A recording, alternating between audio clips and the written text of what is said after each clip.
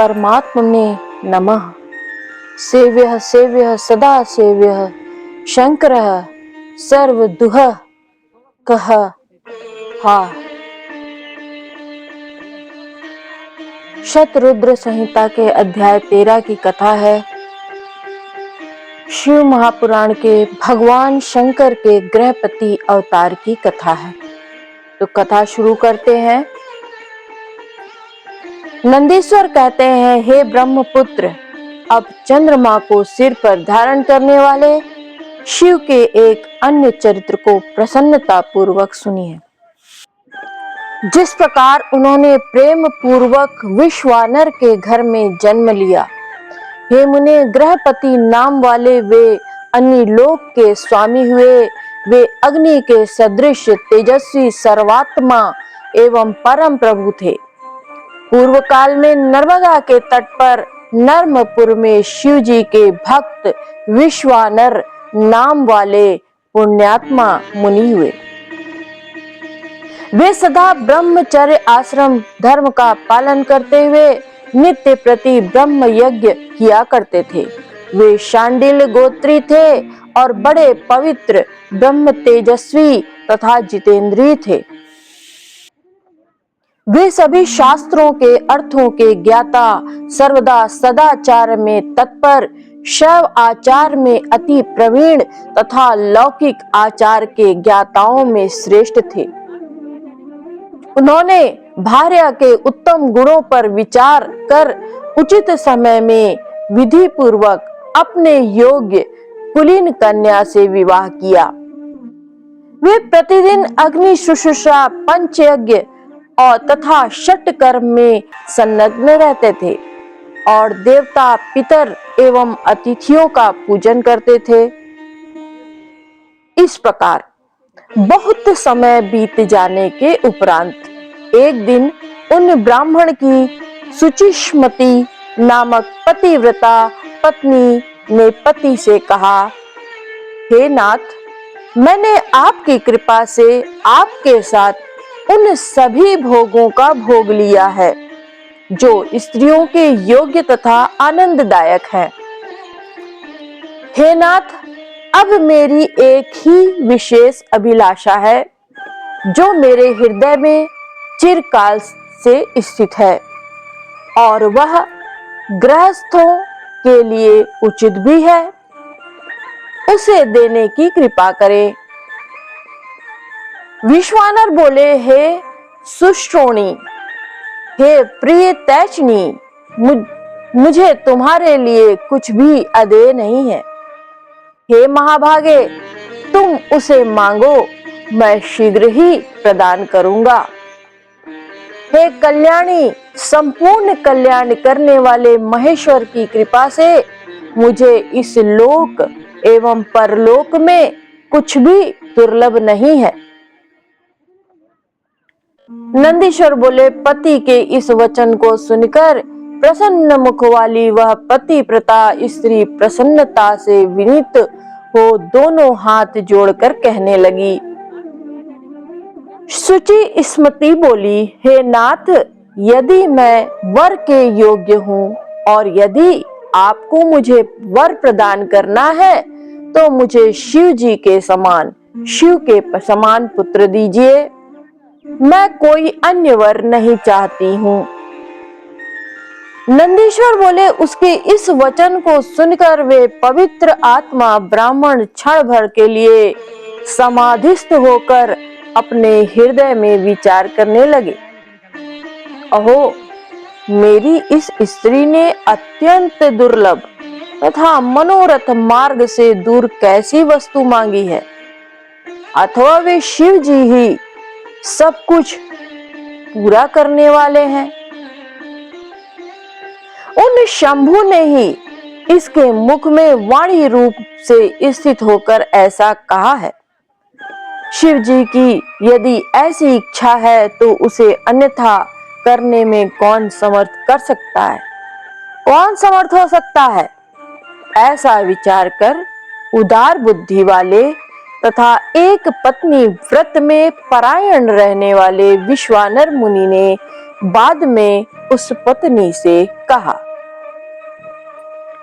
नंदीश्वर कहते हैं, इस प्रकार अपनी पत्नी को अनेक प्रकार से आश्वस्त करके मुनि तप करने के लिए वहां से चले गए, जहां साक्षात काशीनाथ विश्वेश्वर स्थित है।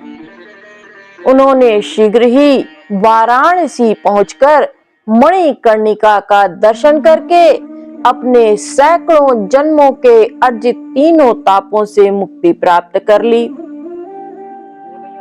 उसके बाद उन्होंने विश्वेश्वर आदि सभी लिंगों का दर्शन करके काशीस्थ स्थित सभी कुंडों, वापियों एवं सरोवरों में स्नान करके सभी विनायकों को नमस्कार करके शिवा गौरी को प्रणाम करके पापों का भक्षण करने वाले कालराज भैरव का भी पूजन किया।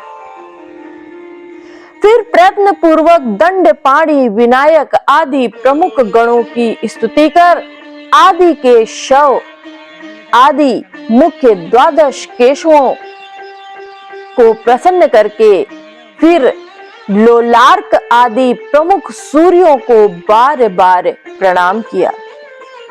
पुनः सभी तीर्थों में समाहित चित्त होकर पिंड दान करके हजारों प्रकार के भोजन आदि से मुनियों तथा ब्राह्मणों को संतुष्ट कर पूजापचार से भक्ति पूर्वक अनेक लिंगों का पूजन करके वे बार बार विचार करने लगे कि शीघ्र ही सिद्धि प्रदान करने वाला कौन सा लिंग है, जहां पुत्र की कामना से मेरा तप सफल होगा। उन बुद्धिमान विश्वानर मुनि ने कुछ क्षण ऐसा विचार करके शीघ्र ही पुत्र देने वाले वीरेश नामक लिंग की प्रशंसा की।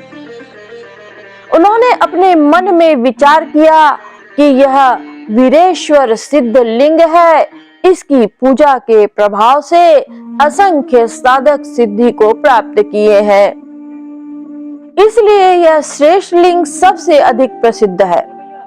लोग भक्ति भाव से समन्वित होकर वर्ष पर्यंत इस वीरेश्वर महालिंग की पूजा करके आयु तथा पुत्रादि सभी मनोरथ प्राप्त करते हैं। अतः मैं भी यही वीरेश लिंग की त्रिकाल आराधना कर शीघ्र वैसा ही पुत्र प्राप्त करूंगा, जैसे कि मेरी स्त्री ने अभिलाषा की है। नंदीश्वर बोले, ऐसा विचार कर बुद्धिमान पुण्यात्मा तथा व्रती ब्राह्मण विश्वानर ने चंद्रकूप के जल में स्नान कर नियम धारण किया। उन्होंने 1 मास पर्यंत दिन में एकाहार, 1 मास पर्यंत रात्रि में एकाहार, 1 मास पर्यंत अयाचित आहार, पुनः 1 मास तक निराहार रहकर तप किया। वे 1 महीने तक दूध पीकर, 1 महीने तक शाक फल खाकर, 1 महीने तक मुट्ठी भर तिल खाकर और 1 महीने पानी पीकर रहे। वे 1 महीने तक पंचगव्य पीकर 1 मास तक चांद्रायण व्रत कर 1 मास तक कुशाग्र का जल पीकर पुनः 1 महीने वायु भक्षण कर रहने लगे। उत्तम वीरेश्वर लिंग की भक्ति पूर्वक पूजा करते हुए इस प्रकार उन्होंने 1 वर्ष तक अद्भुत तप किया। उसके बाद 13वें महीने में गंगा के जल में प्रातः काल स्नान कर जो ही वे ब्राह्मण वीरेश्वर की ओर आए, उसी समय उन तपोधन ने वीरेश्वर लिंग के मध्य में विभूति से विभूषित 8 वर्ष की आकृति वाले एक बालक को देखा। उस बालक की आंखें कानों तक फैली हुई थी, उसके ओठ गहरे लाल थे। मस्तक पर अत्यंत पिंगल वर्ण की जटा शोभा पा रही थी। वह नग्न तथा प्रसन्न मुख था और बालोचित वेशभूषा तथा चित्ता का भस्म धारण किए हुए श्रुति के सूक्तों का पाठ करता हुआ लीला पूर्वक हंस रहा था। उसे देखकर आनंदित होकर रोमांच युक्त विश्वानर मुनि ने बार बार हृदय से नमोस्तु कहकर प्रणाम किया। तदनपर विश्वानर मुनि कृतार्थ होकर अभिलाषा पूर्ण करने वाले 8 पद्यों से बालक रूपधारी परमानंद स्वरूप शिव की स्तुति करने लगे। विश्वानर बोले, यह सब कुछ एक अद्वितीय ब्रह्म ही है। वही सत्य है, वही सत्य है। सर्वत्र उस ब्रह्म के अतिरिक्त कुछ भी नहीं। वह ब्रह्म एकमात्र ही है और दूसरा कोई नहीं। इसलिए मैं एकमात्र आप महेश्वर की शरण प्राप्त करता हूँ। हे शंभु, एक आप ही सबका सृजन करने वाले तथा हरण करने वाले हैं। आप रूप विहीन होकर भी अनेक रूपों में एक रूप वाले हैं। जैसे आत्मधर्म एक होता हुआ भी अनेक रूप वाला है, अनेक रूपों वाला है। इसलिए मैं आप महेश्वर को छोड़कर किसी अन्य की शरण नहीं प्राप्त करना चाहता हूँ। जिस प्रकार रस्सी में सांप, सीपी में चांदी और मृग मरीचिका में जल प्रवाह मिथ्या भासित होता है, उसी प्रकार आप में यह सारा प्रपंच भासित हो रहा है, जिसके जान लेने पर इस प्रपंच का मिथ्यात्व भली भांति ज्ञात हो जाता है। मैं उन महेश्वर की शरण प्राप्त करता हूँ। हे शंभो, जिस प्रकार जल में शीतलता, अग्नि में दाहकता, सूर्य में ताप, चंद्रमा में आह्लादकत्व, पुष्प में गंध और दुग्ध में घृत व्याप्त रहता है, उसी प्रकार सर्वत्र आप ही व्याप्त हैं। अतः मैं आपकी शरण प्राप्त करता हूँ। हे प्रभु, आप कानों के बिना सुनते हैं, नाक के बिना सूंघते हैं, बिना पैर के दूर से आते हैं, बिना आंख के देखते हैं और बिना जिह्वा के रस ग्रहण करते हैं। अतः आपको भली भांति कौन जान सकता है। इस प्रकार मैं आपकी शरण प्राप्त करता हूँ। हे ईश, आपको न साक्षात वेद, न विष्णु, न सर्वश्रेष्ठा ब्रह्मा, न योगींद्र और न तो इंद्रादि देवगण ही जान सकते हैं। केवल भक्त ही आपको जान पाता है। अतः मैं आपकी शरण प्राप्त करता हूँ। हे ईश, आपका ना तो गोत्र है, ना जन्म है, ना आपका नाम है, ना आपका रूप है, ना शील है एवं न देश। ऐसा होते हुए भी आप तीनों लोकों के स्वामी हैं और आप समस्त मनोरथों को पूर्ण करते हैं। अतः मैं आपका भजन करता हूँ। हे कामशत्रु, सब कुछ आपसे है और आप ही सब कुछ हैं। आप पार्वती पति हैं, आप दिगंबर एवं अत्यंत शांत हैं, आप वृद्ध, युवा और बालक हैं। कौन ऐसा पदार्थ है जो आप नहीं हैं। अतः मैं आपको नमस्कार करता हूँ। नंदीश्वर बोले, इस प्रकार स्तुति कर हाथ जोड़े हुए वे ब्राह्मण जब तक पृथ्वी पर गिरते तब तक वह बालक वृद्धों के भी वृद्ध पुरातन पुरुष के रूप में अत्यंत प्रसन्न होकर ब्राह्मण से कहने लगा।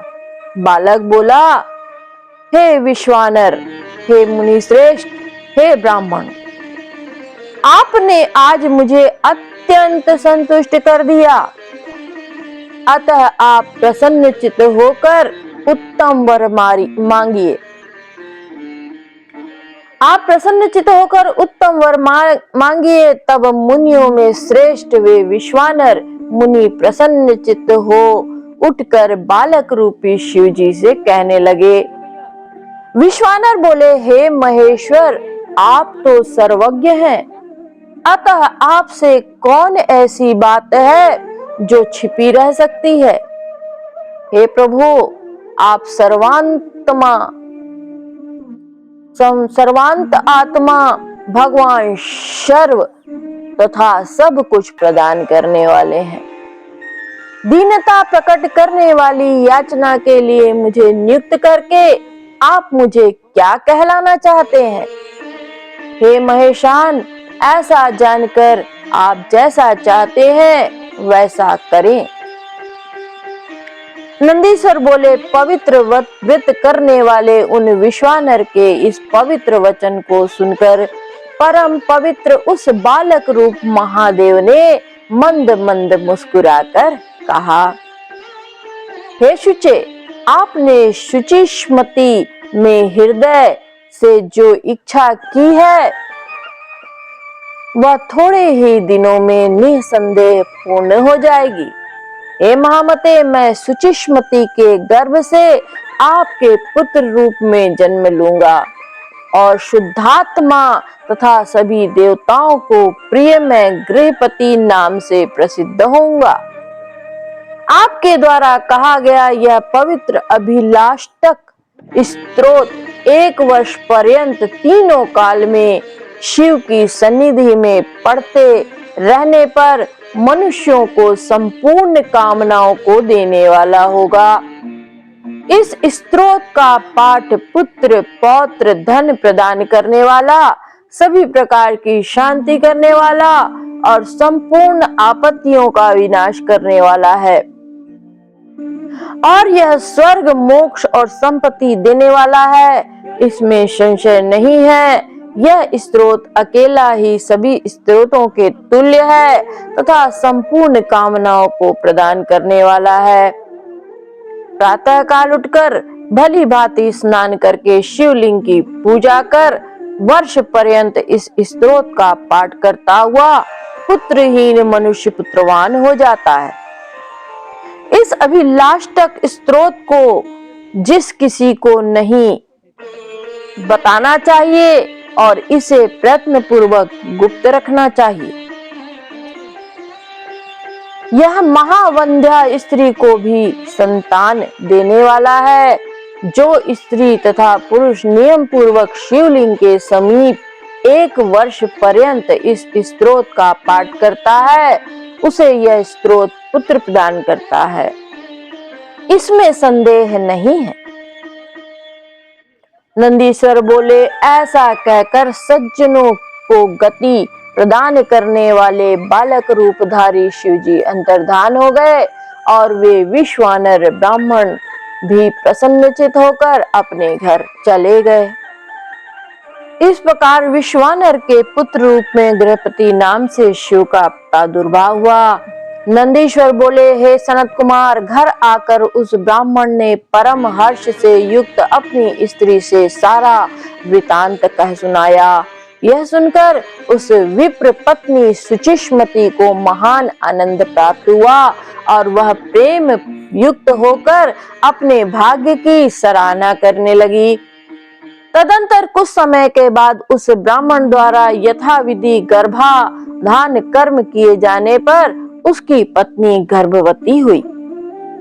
तत्पश्चात उस विद्वान ब्राह्मण ने ग्रह सूत्र में इस कथित विधि के अनुसार पुंसत्व की वृद्धि के लिए गर्भ स्पंदन के पहले ही भली भांति पुंसवन संस्कार किया।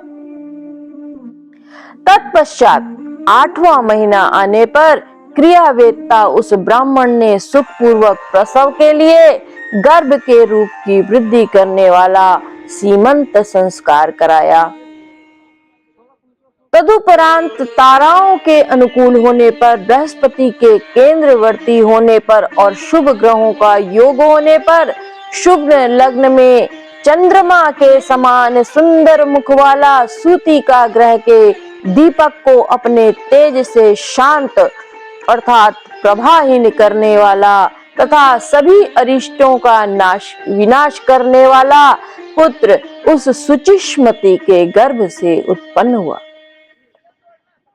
वह बालक शिवजी ही थे जो भू भूर्वः स्वः इन तीनों लोकों को समग्र सुख देने के लिए अवतीर्ण हुए।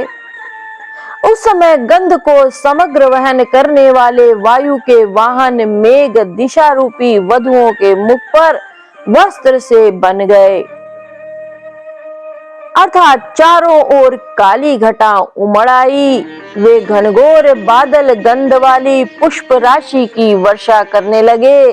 देव दुदुम्बिया बज उठी और सारी दिशाएं निर्मल हो गईं। प्राणियों के मनों के साथ चारों ओर नदियां स्वच्छ हो गईं। अंधकार पूर्ण रूप से दूर हो गया। रजोगुण विरज अर्थात विनष्ट हो गया। प्राणी सत्व गुण से संपन्न हो गए। चारों ओर से अमृत की वर्षा होने लगी। सभी प्राणियों की वाणी कल्याणकारी और प्रिय लगने वाली हो गई।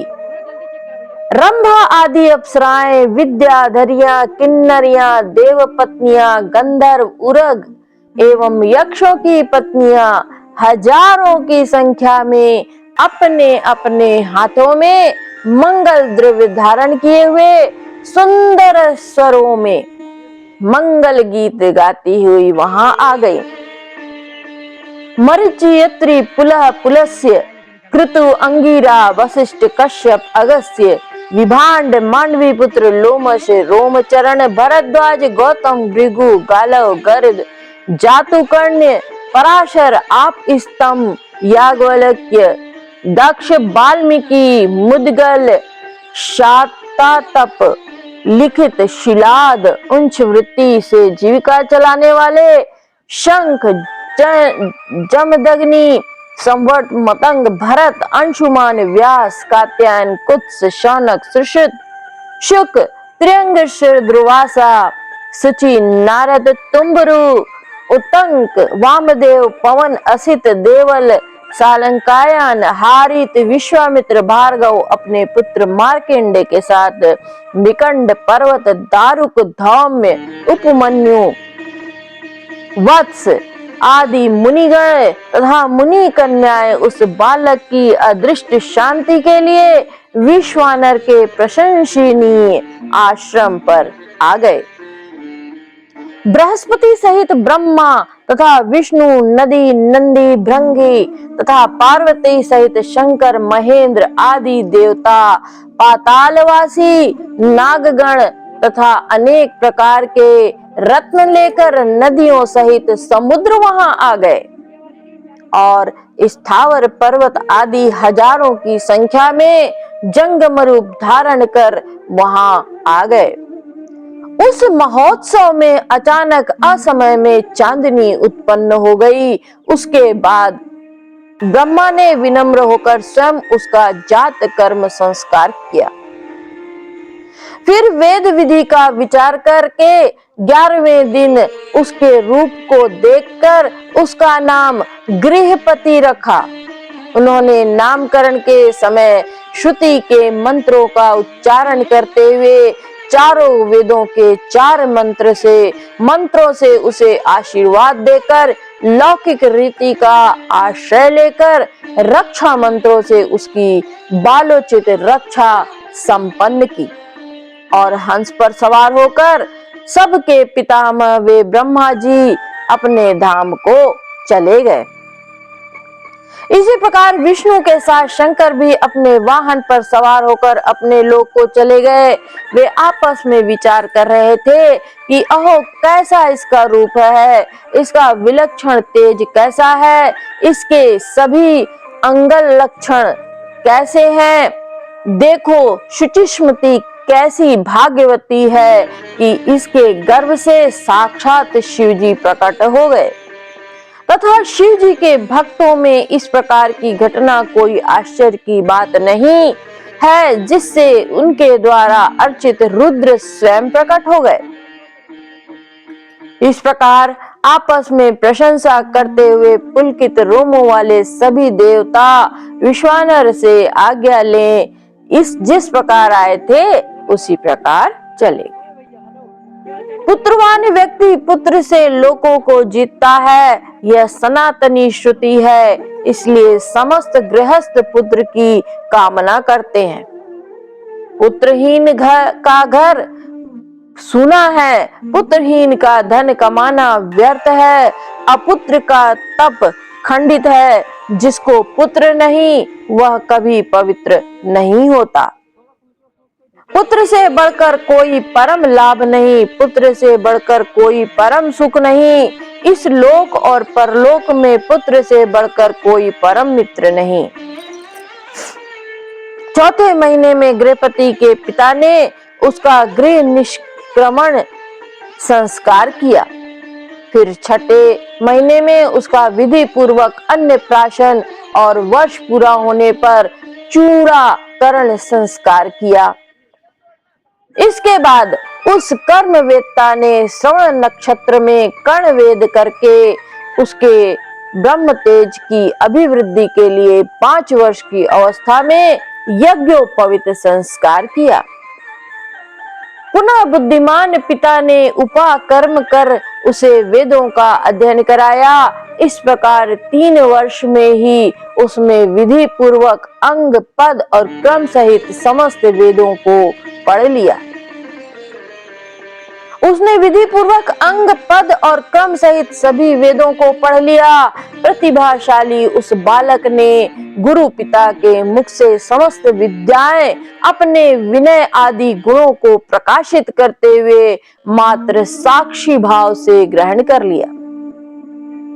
तदुपरांत 9वें वर्ष में माता पिता की सेवा में निरत गृहपति तथा उसके पिता विश्वानर को देखने के लिए नारद जी वहां आए। कौतुकी देवर्षि नारद जी ने विश्वानर की पर्णशाला में प्रवेश कर अर्ध आसन आदि क्रम से ग्रहण कर उनसे कुशल मंगल पूछा और उसके बाद शिव के चरणों का ध्यान करके उनके सामने ही उनके समग्र भाग्य और पुत्र धर्म का वर्णन विश्वानर से किया। नंदीश्वर बोले, हे सनत कुमार, तदुपरांत मुनि नारद जी के द्वारा इस प्रकार कहे जाने पर वह शोभा संपन्न बालक माता पिता की आज्ञा प्राप्त कर भक्ति पूर्वक उनको नम्रता से प्रणाम कर बैठ गया। नारद जी बोले, हे वैश्वानर, मैं तुम्हारे लक्षणों की परीक्षा करूंगा। तुम आओ, मेरी गोद में बैठ जाओ और अपना दाहिना हाथ मुझे दिखाओ। तब विद्वान नारद जी ने बालक के तालु जिह्वा आदि को देखकर शिव जी की प्रेरणा से विश्वानर से कहने लगे। नारद जी बोले, हे विश्वानर, हे मुने, मैं आपके पुत्र के सब लक्षणों को कहता हूँ, उसे आदर पूर्वक सुनिए। आपके पुत्र के सभी अंग उत्तम लक्षणों से युक्त हैं, इसलिए वह अत्यंत भाग्यशाली है, किंतु उसके सर्वगुण संपन्न संपूर्ण शुभ लक्षणों से समन्वित और चंद्रमा के समान निर्मल कलाओं से सुशोभित होने पर भी विधाता ही इसकी रक्षा करें। इसलिए सब तरह के उपायों से इस बालक की रक्षा करनी चाहिए, क्योंकि विधाता के विपरीत होने पर गुण भी दोष हो जाता है। मुझे इस बात की शंका है कि 12वें वर्ष में इसे बिजली और अग्नि से विघ्न है। ऐसा कहकर नारद जी जैसे आए थे वैसे देवलोक चले गए।